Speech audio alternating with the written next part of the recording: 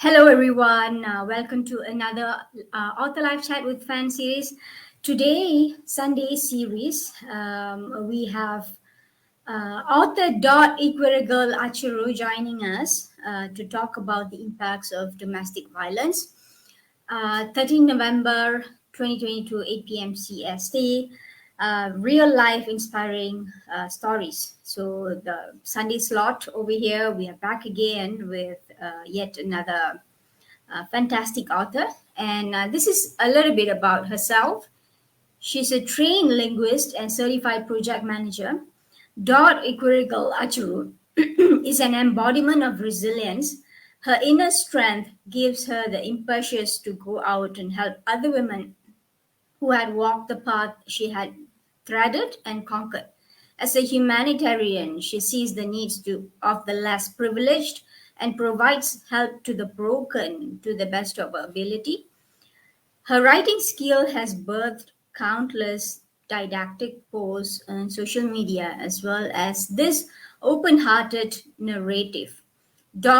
Who is a founder of a supportive club for BAME women in London, is a mother of two adorable kids. So, without further ado, let's welcome author to the show. Hello, Dot. Hello, hello. Thank you for joining us today. It's a pleasure to have you here on the Sunday series to talk about your book, yourself, your experience, your life experience, and to see how it can make an impact in other people's lives in a positive manner. So, thank you so much again for joining us. Dot, how are you today? How have you been doing? And tell us a little bit about yourself as well. Very well, thank you. First of all, I have to apologize because I've been a bit under the weather, so my voice is a bit husky, but we'll do this. So my name is Dottie Corrego Achiru. The full name is Dorothy, but most times I go with the name Dot. This interview is about my book that has just been published in the UK. It's called Silent Watchers. Mm-hmm. Silent Watchers is an interesting one. So I've been writing. I write short stories. I write articles, but the book is very interesting, like I said, because it's about my life and the life I lived, and Mm-hmm. it's also about spreading the word to people out there trying to shine a light. So I live in the UK, and an interesting person. I'm funny. Mm-hmm. And I have two kids, a boy who is 9, and I have a daughter who is 6, and they keep me busy all the time. So in a nutshell, that's just me. That's just me. Uh-huh. Right. So, um, tell us a little bit about your childhood and your how you grew up, where you grew up, and a little bit about that and how you entered a marriage, your relationship, your marriage. I was born in Nigeria, in a place called Port Harcourt, Nigeria. I am the youngest of four siblings. And we used to go back and forth from Nigeria to the UK. And my dad was an academic person and he studied here in the UK. And I think after my university in Nigeria, my first degree, I came over to the UK and I sort of like settled. I did my master's degree. I went into the workforce. I started working as a project manager. I'm also someone of faith, so my religion is Christianity. And so I was very active in church. I used to play the musical instruments, also released an EP, that was out there on Amazon and iTunes and all that. And yes, in 2011, in my church, I met someone and we got talking and I felt it was right and everything felt it was right. And he seemed all right. And yeah, we got married. We got married. It seemed normal at first, but then we got married and then Mm-hmm. things changed. Mm-hmm. Right. So back then, what were you, your profession, and um, how would you describe yourself as a person back then? Like, as compared to now, right? So, what were you working as, and what were your focus in life back then? I mean, when you just newly got married, your perspective towards life back then. So before I got married, I worked as a project manager in the UK for public sector. I managed projects for the NHS, which is the National Health Service, and local authority, the council. Projects around social care, mental health, young and adults mental health, children's mental health, all of those kind of projects. So I manage those kind of projects, and that's what I did. In fact, I once actually managed the project for domestic violence and reoffending. And I actually, interestingly, I managed that project while I was married. But I never actually saw myself as someone who was going through domestic violence, even though I was managing a project that was domestic violence and reoffenders, which is quite interesting because a lot of times you don't see yourself in that situation. You see yourself Position. as someone that has issue. You're going through marital issues and relationship issues that could be resolved. You don't see it as extreme as what you see out there. Everyone thinks, no, mine is not that bad. So in marriage, I sort of, thought about raising children, having a happy life, working towards a joint dream and all that. That's where I saw myself. Now it's a bit different because obviously I have two kids which I support on my own. My son is autistic as well, and I'm a full-time carer for him. So I put in a lot of effort and time into my kids because I want them to have the best life ever. So if it means giving them my time, so my career has kind of changed after marriage because I have to put my kids, put them first somehow. So I still work as a project manager, but not the way I used to do. Most of my jobs I do from home, so I work from home. And then I do, I would say 65 to 70% of what I do is more of charitable acts. So I run a community club which gives back to BAME, which is Black ethnic minority women in my area where I live, trying to support them because obviously I understand what it's like to have left an abusive relationship. You could be down financially, you might need support. So that's what I do now. A lot of that, yeah. Right, I see. So yeah, I think it's interesting that you've always been working as a project manager and also in charity, doing a lot of charity works and probably women empowerment. Since you mentioned about Hmm. mental health of adults and children as well. So, but you said that it didn't occur to you that you would find yourself in that position one fine day, right? So, Yeah. so I mean, how eventually, like getting to know that you are in that position. How did you feel back then, and what was it? How was the transition? I mean, in your marriage life, like from being happy to discovering that there's some underlying issues, and how did you handle that? It was quite difficult for me because the relationship was a short one. So it's not like we dated for years and years. It was a short one. And I'm someone that likes to see the best in people. So I take people for face value. If you say this is who you are, that's who you are. Mm, If you don't give me any indications or signs that you're different from what you're giving me, that's fine. Now, one thing about abusive people or narcissists, as some people call them, they're very good at hiding their true character, and they could hide it for a period of time without you knowing. Now, obviously, there might be some times when certain characters will come out, but they're very good at apologizing and saying, oh, it was a mistake. So, in my case, one or two times when certain characters came out, it was a question of him saying, oh, I'm stressed because of the wedding, I have financial issues, I'm just going through a lot right now. And it sounds like reasonable things for someone to say. And there was a good apology and it never happened again. But mm-hmm, then after we got married, a lot of things started happening consistently. So, excuse me. And I think he also studied me because I was someone who said I'm marriage or and family orientated. I believe in marriage, I believe in family. So like my parents, for instance, my parents got married in 1966 and they stayed married until last year in August when my dad died. That's over mm-hmm, 50 years. I'm not saying their marriage was perfect, but they worked on it. They had issues, they worked on it. So marriage is about two people who wants to work together to make it happen. No one is perfect. So I believed in making things work. And he knew that I wasn't someone that wanted to just give up on the marriage or give up on stuff. So he waited a lot for after we got married, and then he began to show things in little portions.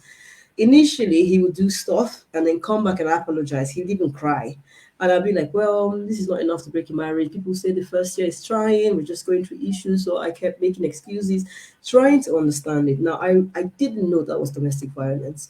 And in my book, a lot of the things I talk about is many people don't know they're in abusive relationships because in my head, and even in the project I managed, domestic violence, as I thought, was more of physical violence.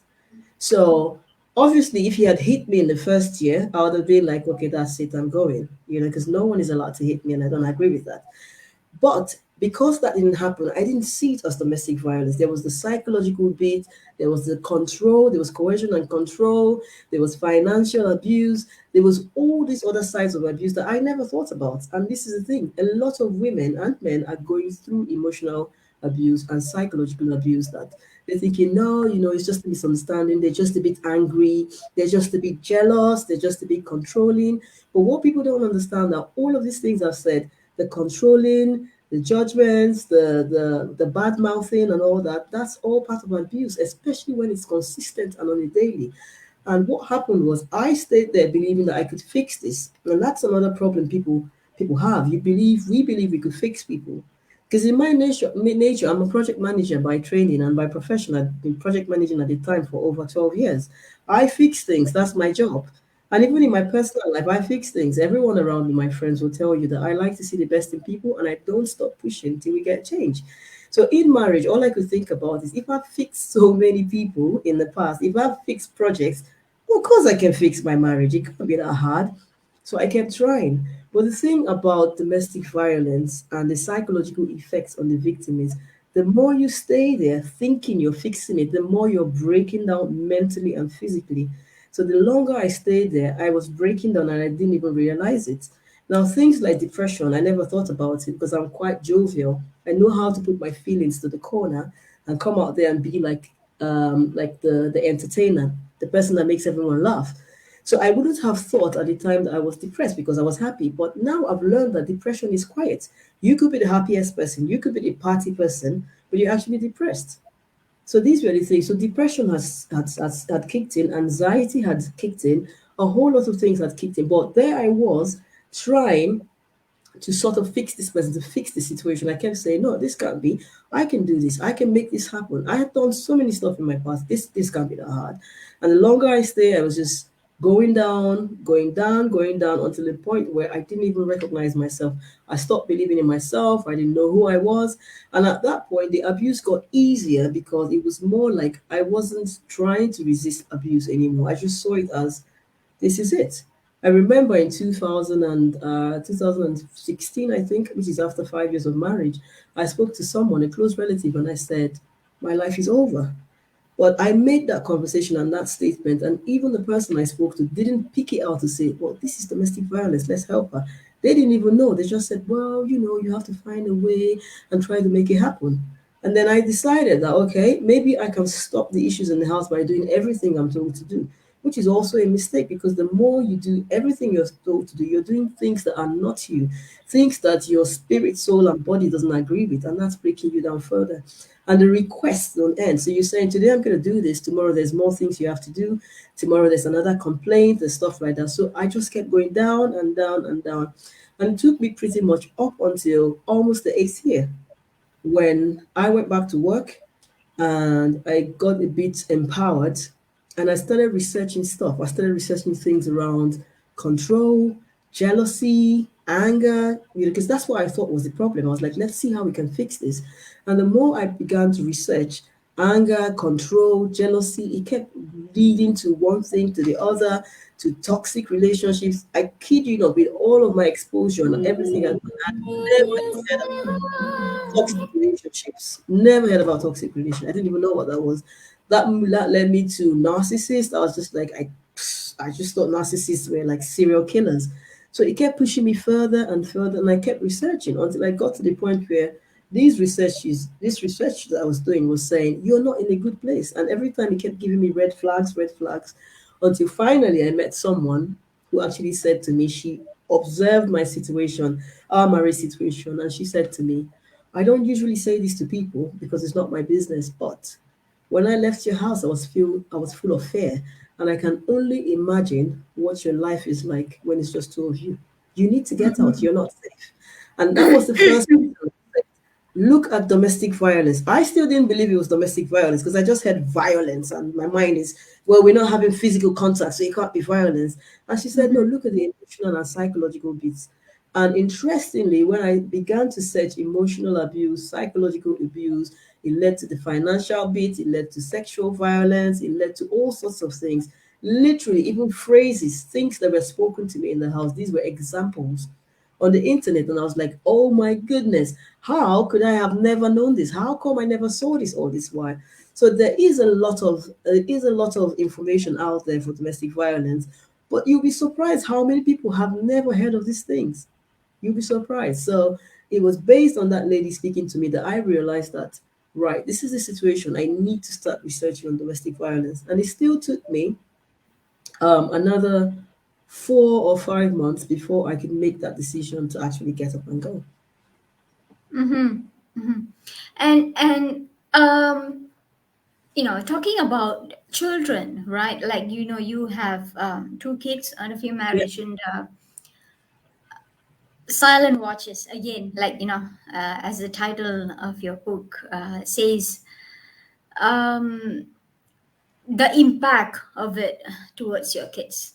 yeah. So how was it? I mean, how did they react to the whole thing? And now, um, as things have improved, like, you have finally gotten out of that grip of domestic violence, and now, um, functioning as an independent person without the abuse. Um, how how are they seeing you now, and what was their reaction back then, especially when the abuse started? Um, to be honest, my kids were born into abuse, so I was already going through abuse while I got and then I got pregnant and I had children. Interestingly, at the time, and which is the mistake a lot of parents, especially women, make, we Mm-hmm. feel like we can cover the abuse, we can cover it, we can protect our children. We'll lock ourselves in the bedroom, we'll have fights, we'll have arguments, and then we'll protect the children. But interestingly, that's not even possible because at the Mm-hmm. time, I felt like I was doing the best to protect the children, to shield them from the abuse. But in my case, there's certain things that just couldn't work. So, for instance, one of our biggest arguments when my son was almost 4 years old was my son going to school. So, having a child that wasn't allowed to go to play groups, to the play center, to the playgrounds, is just locked in the house. You can imagine the psychological effect on him. He wasn't going out, but I tried to create something in the house so he doesn't miss out of what goes on outside. I tried to get toys, I tried to make things. But then it's not the same thing as trying to raise a child in a small living room and letting them interact with the world. By the time my son actually had the opportunity, after much arguments, to go into a school, I started getting referrals. Oh, he's not interacting with anyone. He doesn't notice people. He's not conscious of people. And even at that time, I thought, okay, wow, this is a boy that has been in the house for several years, never interacted with anyone, never gone anywhere. So maybe he's a bit not too used to school and all. And I thought it would change, but it never actually changed. And then I started getting referrals for on the pathway for autism, you know, autistic spectrum Mm-hmm. disorder. And yeah, I still assume that okay, well, things happen, maybe the wrong mix of genes or stuff like that. But now looking back, I've done excellent amount of research, and I found out that even though we can't actually say that domestic violence causes autism, but there's lots of research that shows that trauma can cause autism, learning difficulties, and all that. And domestic violence causes trauma on a woman, and it causes trauma to the children. So domestic violence and the trauma can actually affect a fetus. So raising a pregnancy in a violent or a toxic home is enough to alter the child's cognitive development.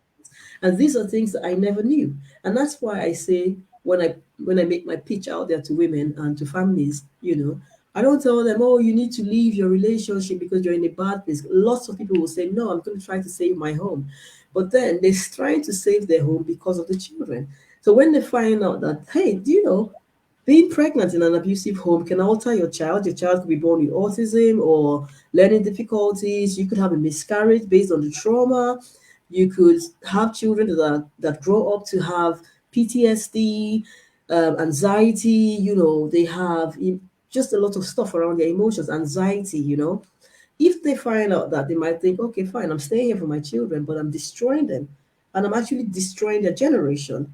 So, for instance, for someone like my son, now he's born autistic, right? Or he's diagnosed with autism. He was fine up till he was 2.5 years old, and then he started regressing from 2.5 years old. So he passed all his developmental checks, but from 2.5 years old, after 2.5 years old check, he started regressing. His words started failing. He started losing his words. His understanding began to fail. His emotions were all over the place. He would get angry for no reason. He would throw things. He would smash stuff. He would not want to express himself at all. All of this stuff, I didn't understand what they were. I just thought, okay, fine. Mm-hmm. My ex-partner, has a lot of anger tantrums, so maybe that's where it's coming from. Maybe he sees all the aggression in the house and he's speaking that up. So I used to try to calm him down. He, after a period of time, had no interest in emotional attachments. I mean, for a young child of 2 years old, he doesn't want to hug, he doesn't want to cuddle, he doesn't want any of those things. We couldn't tell when he was happy or when he was sad. He just didn't understand his emotions. And these are some of the things that living in an environment that is unsafe and unhealthy for the children can cause.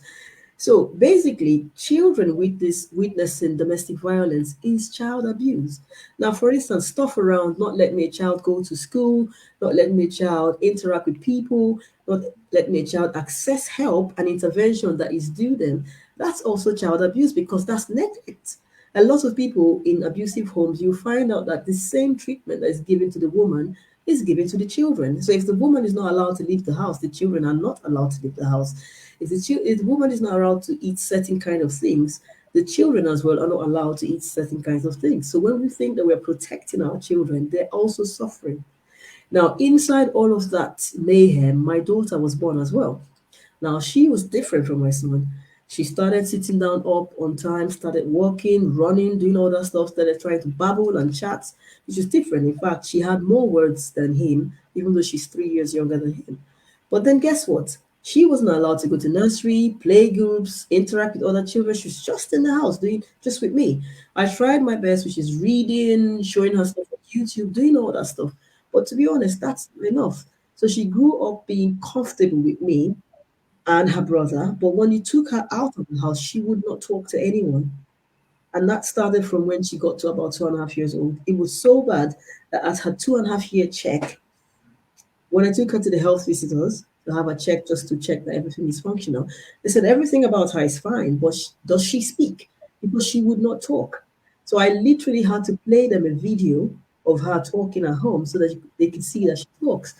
And that's the effect of children going through domestic violence, living in an environment. Now, there's so much, I put so much in my book about how bad it was with the kids and me trying to sort of like give them a normal life in the house. But what people need to understand is that there is no way you can give a child a normal life in a place that is abnormal. It's like growing up in the middle of a war. There's Mm-hmm. bombs falling, there's people screaming, and you're saying, oh no, I'm just going to have my tent here and make it normal. How can you make that normal when there's bombs and there's crying and there's killing and it's just not possible. So it's not possible to raise a child in an abusive home. You need to leave them. And children, I always say this, children will do best in a safe and loving environment, whether it's with one parent or two parents. You understand? Some people just don't work together, and because they don't work together, it affects the children. But separate from each other, they might actually be able to raise their children and be happy raising their children individually. Now, Mm-hmm. fast forward, I left an abusive home. While I was in there, my son had so many issues. I literally cannot recount all of them, but I'll give you one example.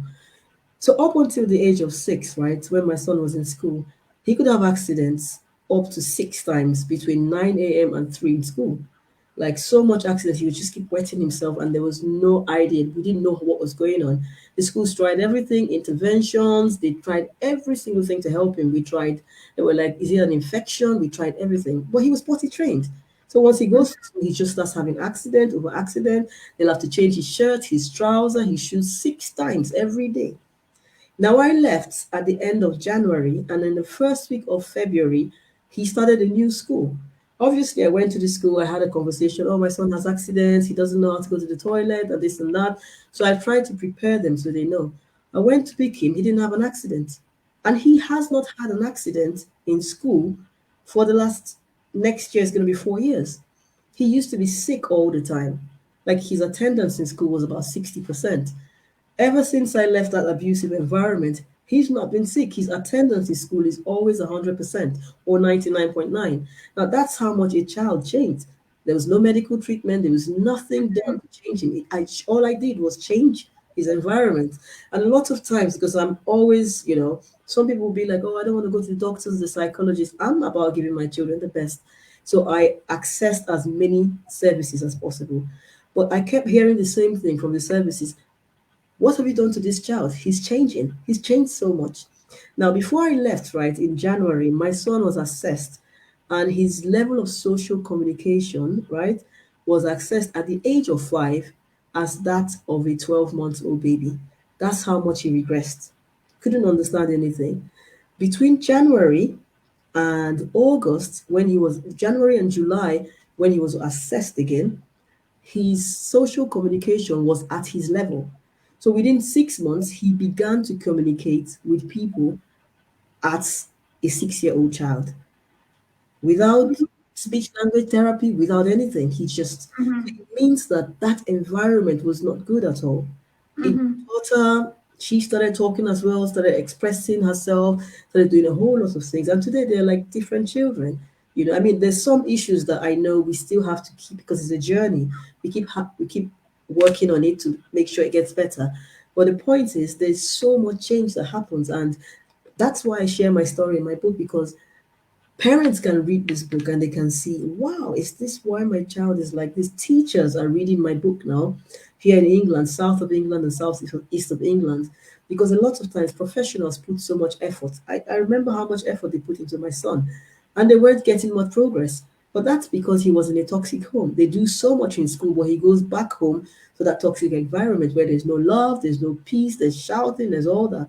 So professionals are reading this book now and they're saying, now, okay, fine, this child that is not progressing, potentially there might be something else going on at home. Sometimes professionals can see that there's an issue in the house, but if a parent hasn't come out to say, I'm having issues, the professional can't do much. So, what some of the professionals are doing now is referring the book to people that they suspect might be having issues at home. Because one thing is, when people read a story, they begin to see their lives in that story and they're like, okay, hang on, this is my story. I should do something about it. So that's basically Mm-hmm. our journey Mm-hmm. so far.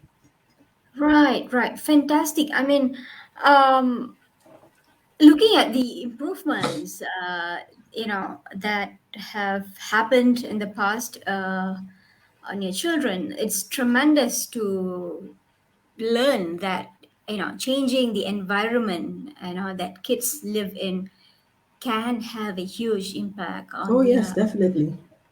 psychological development, and also in terms of learning.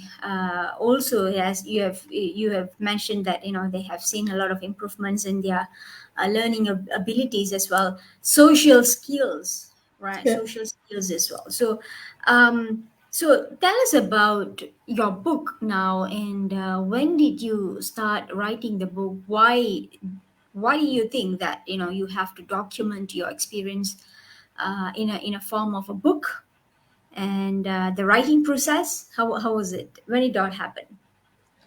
To be honest, you're not going to believe me when I say this. So, interestingly, for the past 3 years, I've actually spoken actively about domestic violence. So, I have a channel on YouTube, Talk to Dot, that talks about domestic violence. I share my story. I break domestic violence down to the easiest understandable level, and people follow my channel. I've always had it at the back of my mind that at some point I might write a book, but I wasn't sure of what sort of book I was going to write. So this year, I said, maybe this is the year because you keep putting things off, saying, I'll do it at some point, I'll do it at some point, and tomorrow never comes. So this year, I said, I'm going to write a book. I started in January to tell people that I was writing a book, but I had no idea what I was going to write. So I started by calling it the book, and my daughter saw the link, the book, and she said, "Oh, are you writing a book?" I said, "I'm thinking about it." She said, "Yeah, you should write a book. Write a book about us." So it was my daughter, the 6-year-old one, that said, write a book about our family." So I started writing a book, and I finished it. It took me about 2 months, and I finished it at about the end of June. And then I read it, and I was like, "Wow, this is heavy." And I Mm-hmm. thought, I don't think I'm ready to put this side of my story out there because it's quite heavy. And then Mm-hmm. I looked at my children and I was like, maybe what I need to pitch as a first time indie author is the side around children. Because believe it or not, social media and the world is not really kind. They could be very, very mean in their comments.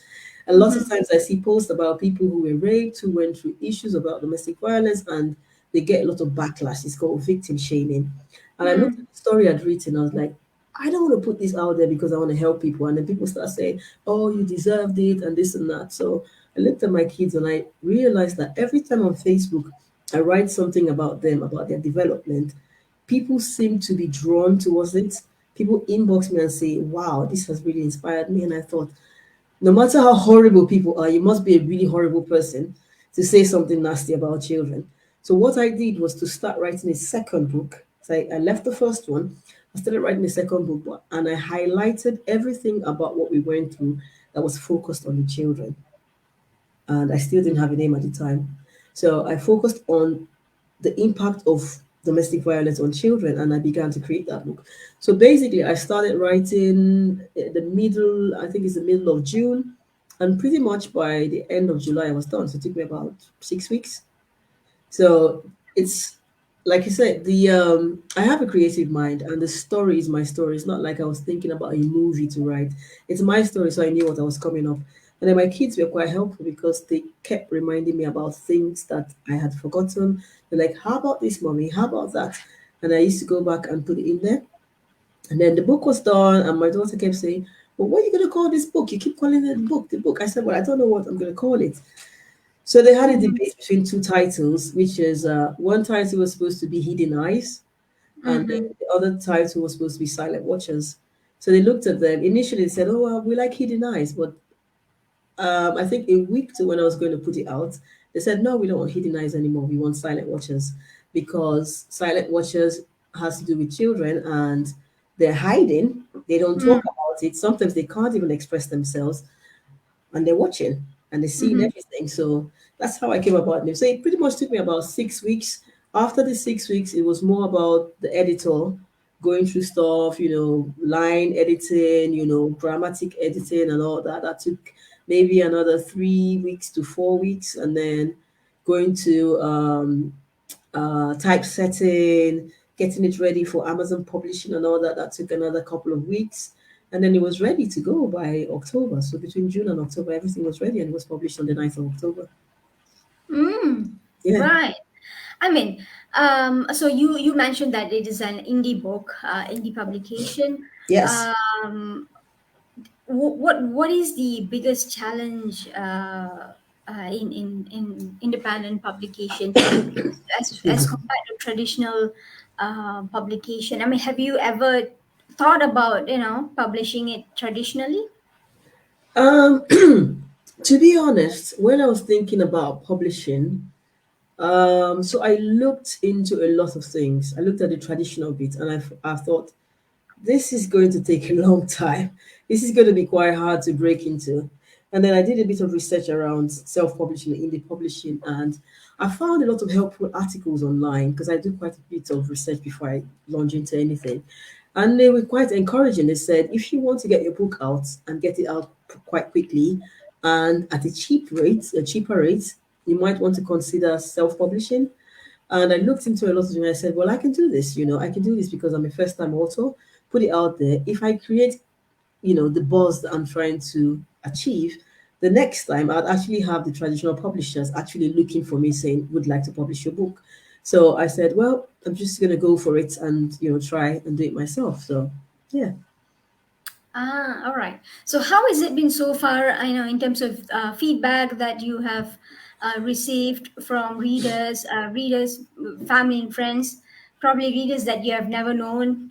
Coming up to you saying that you've read the book, and what kind of feedback that you have gotten so far? Honestly, the feedbacks they've been absolutely tremendous. It's beyond my expectation. I went for an event last week and I was being introduced and the person was talking about my book and they said all this stuff and I remember sitting down there saying, did I really write that? Because it sounds too, it sounds bigger than what I think I produced. And I get lots of, I get lots of emails, people sending me emails to say, wow, and I have a friend as well who is, an accomplished author. And she writes a lot. And she wrote me, she said, wow, your writing style is amazing. This book is well written. And coming from someone who is an accomplished author, I felt, wow, this is great. So I'm happy that people, teachers especially, they like the writing style, they like the way it's been expressed. I've got lots of people saying when they read the book, they find themselves trying to put themselves inside the book and assume a character, a role, either trying to see how they could play my character in the book and see how would they have handled this, because that's how the book makes you, think. Sometimes they see themselves as someone saying, oh, I wish you could go tell her what's going on. And then they keep reading the book and trying to find out, okay, what happens next? What happens next? I've got so many people saying once they picked up the book and started, they've not been able to put it down. I have literally someone who sent me a message saying she got the book delivered to her at 7, I think it was 7:30 a.m. in the morning, and she wrote me by 1 p.m. saying, I'm done. I'm done. I finished it. And she said, I just could not stop. I just kept going and going and going. And she was like, wow. And she said, I tried to put myself in the book as the character. She said, I would have died a zillion times. Like, I don't know how Mm. you did it. So those feedback, coming is just really great. I keep pushing my readers to go to Amazon and read and leave a feedback on a review on Amazon, because that's really helpful for people to see and Mm-hmm. stuff like that. So yeah, we'll get there. Fantastic. I mean, so right now, this is the Amazon page, your Amazon page. So it's about 163 pages. So it's not a very long book. So I think definitely an easy read. Yes. People can actually read it in one sitting. Yes. And so this is the cover page over here, and here's a little bit about what's inside, Yeah. acknowledgement, introduction, a little bit about the purpose of the book. You have laid out the purpose of the book in chapter one itself. So I think it Yeah. sets the tone of the Mm-hmm. uh, book, Yes. from there onwards. So, and you have a little bit about yourself, your marriage, what happened, and yeah, your 8 year long marriage, Yeah. and the purpose of it. I think you have outline it in a very clear manner using bullet forms, bullet points. Yeah, so here are the things that I can see you are sharing, like like you said, victims of domestic violence, right? Usually the partner will be somebody who seems to be perfect, right? Yes. And here we have it, saying sorry, and then saying that people can change and things like that. So uh, yeah, so I really think that you also have a little bit about information about domestic violence, right? So I think people who have uh, little to no knowledge about domestic violence, or probably the terminology, right, or what it means, Yeah. uh, what it what it entails, right? So I think Yeah. you have explained that in it as well. So that is that, and we also have your website, which is um, talk to Dot. Yes, com, right? So that is also another place where people can actually get in touch with you. So you're a life coach, you definitely. are an author.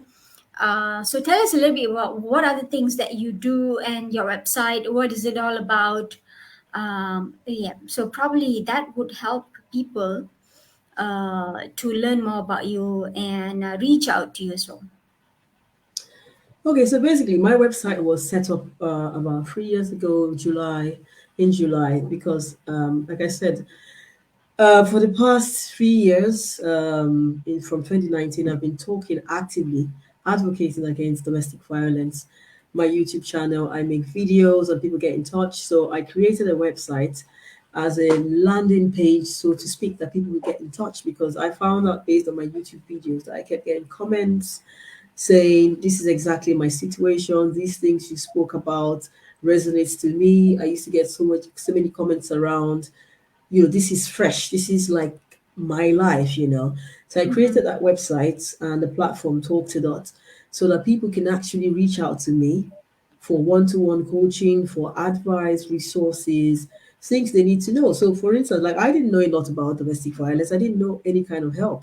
For instance, in the UK, I didn't know that someone can just go on the bus or on the train and say they are fleeing domestic violence and you don't need to pay your transport fare. I didn't know Mhm. that. People don't know, and this is information that has always been there. There's something Mhm. called the Clare's report, Clare's law. Clare's law is something that if you're not sure about someone you're dating, you can apply for Clare's law about the person, and they will give you a report showing, the person's history. So if that person, for instance, has ever had an issue with domestic violence or had ever been reported, Clare's law will highlight it and let you know. So Mm. literally, you can check out the person you're dating, and these are all information that are out there. So we talk to that. People can get in touch with me and say, I need coaching, I need counseling, I need help, I need to know how I can escape, I need to know what to do, I need to understand my situation. So that's where people can go and get in touch with me, and then we take it from there. Fantastic. I mean, you, I mean, even before and during your marriage, you have been doing fantastic charity work. You've been Yeah. helping people out in different projects that you've Yeah. managed. And I believe those experiences have also eventually helped you to handle your own situation. And now you are amplifying that. Yeah. Uh, and trying to help even more people out there. Oh And yes, thank you definitely. so much for all those things that you're doing for women out there, for children out there, for the betterment of humankind out there. And thank you so much for actually joining us today to talk about your book. So, one last message: what do you have to say to readers out there, and why do you think that they should purchase your book? What are the messages awaiting for them? I would say to people out there that the book is a definite must read. Doesn't Mhm. matter if you say, "Oh, my relationship is fine," or "I don't have these issues." There is something to learn from it. A part of the book I said, beyond domestic violence, right? Are you happy? Because even living in a relationship where you're not happy, there's no love there, it could also affect your children. Now, let's say you have a lovable marriage, a perfect marriage, and all that. There is still information there that you can learn from because knowledge, you can't have enough of it. And the book, for instance, is for certain categories of people. So there's those going through domestic violence and don't know that it's domestic violence. So if they read the book, they will understand their situation. Like you said, it's an easy read, it's quite laid out proper with examples to make you understand, broken down in basic language that is easy to read. And it's not a lot of pages. The book is also for those watching. So we see people every day. I mean, domestic violence affects 1 in 4 women. So imagine for every 4 women that walk past you, one of them is going through an abusive marriage or an abusive relationship. That's how much it is. So the book is also applicable for people who have friends, families, colleagues. They can see, learn the signs, and see, all right, hang on, that man is definitely in an abusive relationship. I need to have a chat with him. That woman is definitely going through, I need to have a chat with him. And I also tell people, like, don't say, oh no, that doesn't concern me because I'm fine. My relationship, my children are fine. We have to understand that we all live on earth. So if 1 in 4 women are being abused, and each woman has two or three, four children, imagine how many traumatized children we have. These children will go to the same schools with your children. They'll go to the same university. They will work in the same place, go to the same church or mosque or anywhere, and they will end up marrying your children that you've raised in love, that believe that everybody is kind and caring, and that's where the abuse continues. So as a people, as a society, we have a mandate to look into that, and that's why everyone needs to read the book. Teachers, professionals need to read it so they can understand. Like, there's certain times I went into schools, I went into hospitals, I went into different places. They could have seen it. So it's a book that exposes a lot of things that people can learn from. And then also you could just say, I'm going to get as a Christmas parent for a present for someone, because the conversation of domestic violence is not easy. It's not easy to see someone and say, "Hello, I think you might be in an abusive relationship." They'll be looking Uh-huh. at you like, "No, it's not true." Most Yeah. women will say, "No, you get this wrong. You don't understand. We're fine." So you could also get the book and give it to them as a present and say, "Oh, I got this book. It's so interesting. It's like fiction. It's just a thriller." And give it to them. And when they read it, they would see for themselves. Because I've had about six, I kid you not, I've had about six people email me saying, "I read the book." And they're like, "Oh my God, this is my life. This is what I'm going through." One of them has been in it for 14 years and she's not been able to understand it, only because there was no physical violence. But she's completely miserable. So get the book. It's a must read and you will definitely benefit from it. Thank you so much, Dot. And it's a pleasure to talk to you today to discuss about your book in detail, and also what you have for people out there. Through your book, it's a fantastic book. I believe it will help a lot of people out there to come to a reality if they are caught in an abusive relationship, to Yeah, finally understand that, hey, I need to probably look into this, and evaluate my marriage, and see if there's something that I can do about it, right? So thank you so much again for joining us, and I hope that more people will reach out to you, read your book, leave reviews. Till we meet again in hopefully some other episode. Thank you so much, and I hope that you will continue writing, and we yes, will indeed. meet again in future episodes of Sunday series. Thank you so much for joining us, and have a fantastic week ahead. Thank you, Oh, thank Dot. you very much. So much of a pleasure for you to invite me. I'm so excited about it. Get the book, Silent Watchers. Get the book. Get the book. Definitely. I mean, people can actually go to www.talktodot.com, and that's where they can actually learn about your book, where to buy your book, where to get in touch with you, and everything. Pretty much everything is there, actually. So I will And be uploading. I one will be more uploading thing. this One more thing I video. was going to say. Yeah. One more thing I was going to say. One thing, because I've lived through domestic violence and I know how it can impact people after they've left, domestic violence is actually one of the leading causes of homelessness and financial difficulties here in the UK. Because you break up with your partner, you have to leave, you have to start all over, you have the responsibility of the children on your own.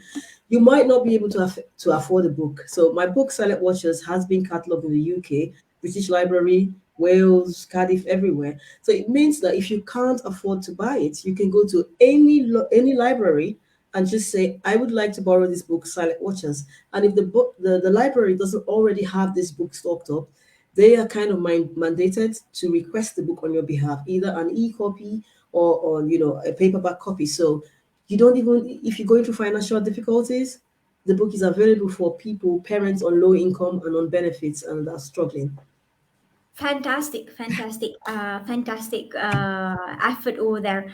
And I believe, those who are not able to get the book, they can always go and look for it in the libraries and Yes. get a copy and read Yeah. the book. So I will be uploading this video on YouTube, Okay. and also Yeah. on Instagram. I'll be sharing the links to you as well. So, not just people on Facebook, but people on Instagram and YouTube will also be Yes. able to, watch it. So I hope that gives you even more exposure to the Excellent. book. And till then, we will meet again in some other episodes, hopefully. And thank you so much for joining us today. Thank Thank you, you and very have a much. fantastic week. And Thank you you. too. Thank you. Bye. Bye-bye. Bye.